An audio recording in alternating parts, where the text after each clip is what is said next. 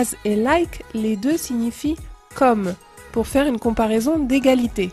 Alors comment savoir lequel choisir? C'est facile, je t'explique ça tout de suite. Avant de continuer, je t'invite à t'abonner à la chaîne si tu veux continuer à avoir d'autres vidéos gratuites de ce genre. Like, tu vas l'utiliser si tu le fais suivre d'un nom. Tandis que as, il faudra le faire suivre d'un sujet et d'un verbe. Je te donne des exemples. She's tall like her brother. Elle est grande comme son frère. Her brother, c'est un nom. C'est pour ça qu'on a mis like, comme son frère. I slept like a baby.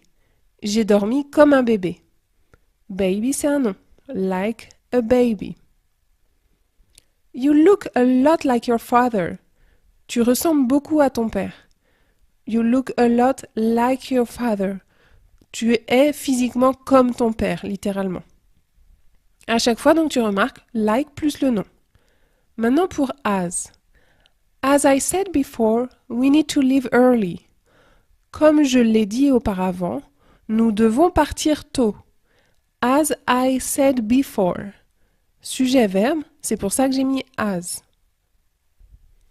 Please do it as I did it yesterday.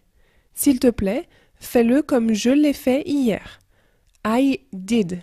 Je l'ai fait. As I did it yesterday. Comme je l'ai fait. We should go to the beach as we used to do it. Nous devrions aller à la plage comme nous en avions l'habitude. As we used to. Comme on en avait l'habitude. D'accord? Si tu as des questions, demande-moi dans les commentaires sous la vidéo.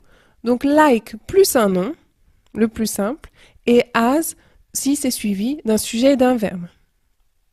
2 points particuliers à savoir.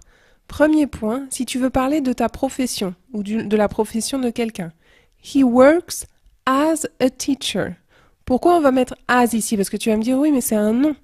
C'est un cas un peu particulier qui peut s'expliquer de cette manière. C'est-à-dire que là, c'est pas une comparaison. Tu n'es pas en train de comparer quelqu'un à tel travail. C'est un statut. Il travaille en tant que professeur.